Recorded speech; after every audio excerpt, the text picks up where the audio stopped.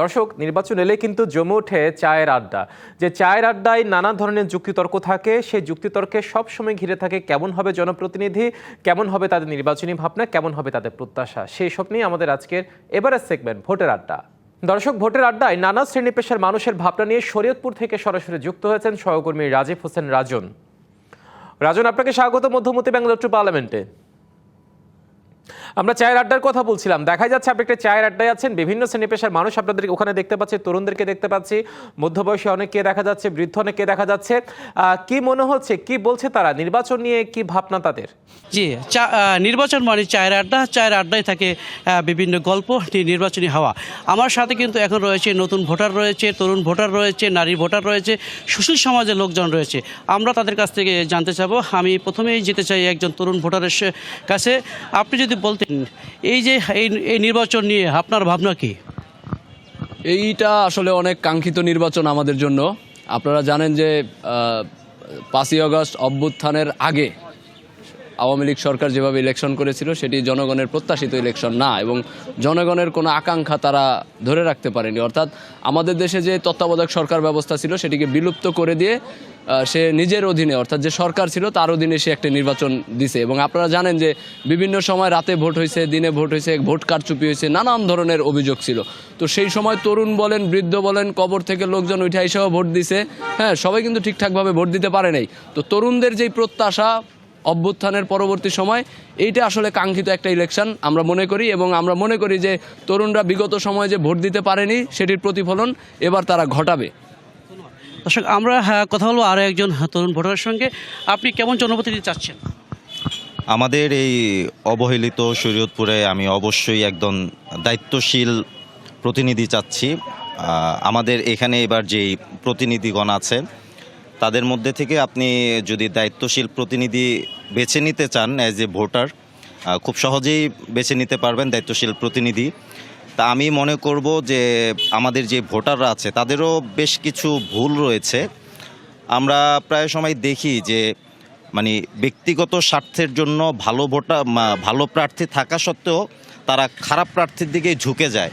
তখন হয় কি, এই সাময়িক এই স্বার্থটা উদ্ধার করার জন্য তারা এই 5 বছর অবহেলিত থেকে যায়। আর আমাদের জানেন যে শরীয়তপুরে পদ্মা সেতুর মতো এত বড় একটি প্রকল্প থাকা সত্ত্বেও আমরা কিন্তু আমাদের রোডঘাটের অবস্থা খুবই খারাপ।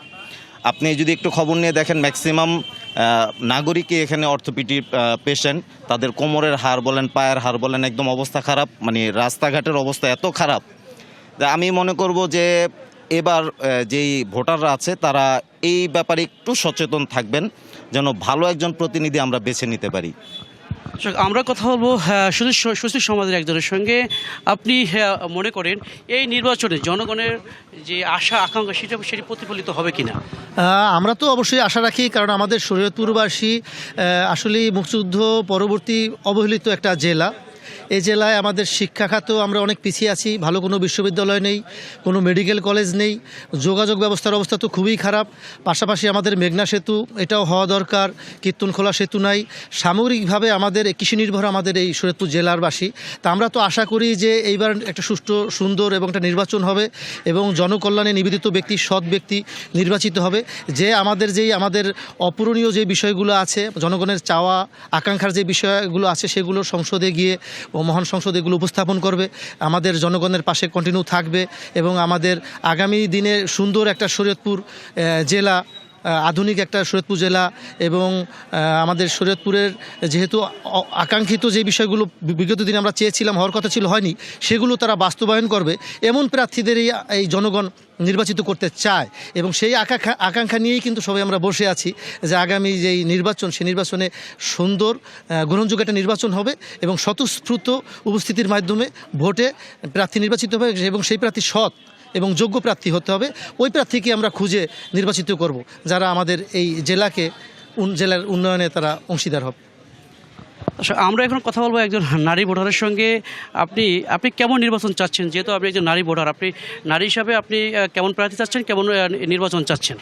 নির্বাচনটা আমরা অবশ্যই সুষ্ঠু একটা নির্বাচন চাই। গত 17 বছর দেখা গেছে যে আমরা ভোট দিতে গেছি, যাওয়ার পর শুনি যে আমার ভোটটা হয়ে গেছে।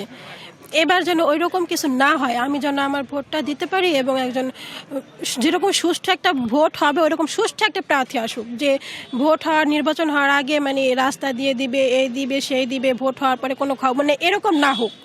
উনি যে প্রতিশ্রুতিগুলো দিবে আগে আমাদের, সেই প্রতিশ্রুতিগুলো উনি সঠিকভাবে পালন করুক। আমরা এরকম একজন প্রতিনিধি চাই আর একটা সুষ্ঠু নির্বাচন চাই, এতটুকুই শুধু আমাদের নির্বাচন থেকে আসা, আর কিছু না।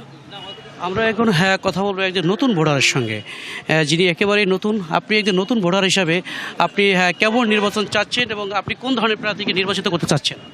দেখেন, আমি ভোটার হই 2023 সালে। তো 7 জানুয়ারি 2024 সালে যে সময় ভোট হয়, ওই সময় বিগত ফ্যাসিস্ট আমলে আমি ভোট দিতে যাই, বাট ওইখানে যাই দেখি যে আমার ভোট অলরেডি হয়ে গেছে, অ্যান্ড আমার দাদা যে মারা গেছে তার ভোটও হয়ে গেছে।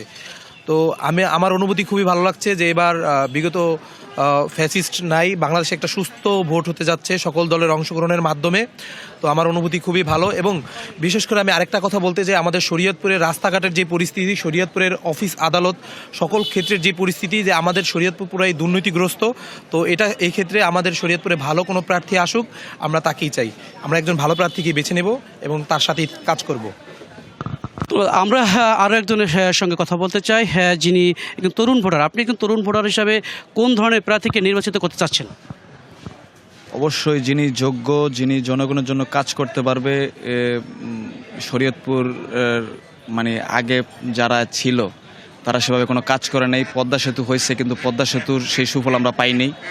তো সেই দিক থেকে জনগণ এবার চাইবে যে জনগণের পাশে যিনি থাকবেন, জনগণের জন্য যিনি কাজ করতে পারবেন, জনগণ এবার তাকেই চাইবে, তাকেই ভোট দেবে। ধন্যবাদ। দর্শক, আমরা কিন্তু এতক্ষণ কথা বলেছিলাম এই অঞ্চলে এই শরীয়তপুরে যারা তরুণ ভোটার রয়েছে, নতুন ভোটার রয়েছে এবং সুশীল সমাজের বিভিন্ন লোকজন রয়েছে, তাদের সঙ্গে কথা বলেছেন। তারা কিন্তু আপনারা কিন্তু শুনতে পেয়েছেন তারা কোন ধরনের নির্বাচন আশা করছেন। এই ছিল শরীয়তপুর থেকে আমাদের কাছ থেকে যেটা বুঝলাম যে আসলে বিগত সময়ে ভোট না দিতে পারার যে আক্ষেপ, সেই আক্ষেপটা তারা এবার ভোট দিয়ে সে ঘুচাতে চান এবং সেই সাথে এমন জনপ্রতিনিধি তারা চান যারা তাদের যে কথার এবং কাজে মিল থাকবে, যারা তাদের প্রত্যাশার প্রতিফলন ঘটাতে পারবে। রাজন, অসংখ্য ধন্যবাদ আমাদের সাথে মধুমতি ব্যাঙ্গালোর টু পার্লামেন্টে যুক্ত হয়ে আপনারা নির্বাচনী এলাকার, যেখানে নির্বাচনী এলাকার যারা তরুণ আছে, বিভিন্ন শ্রেণী পেশার মানুষ আছে, তাদের ভাবনা তুলে ধরার জন্য।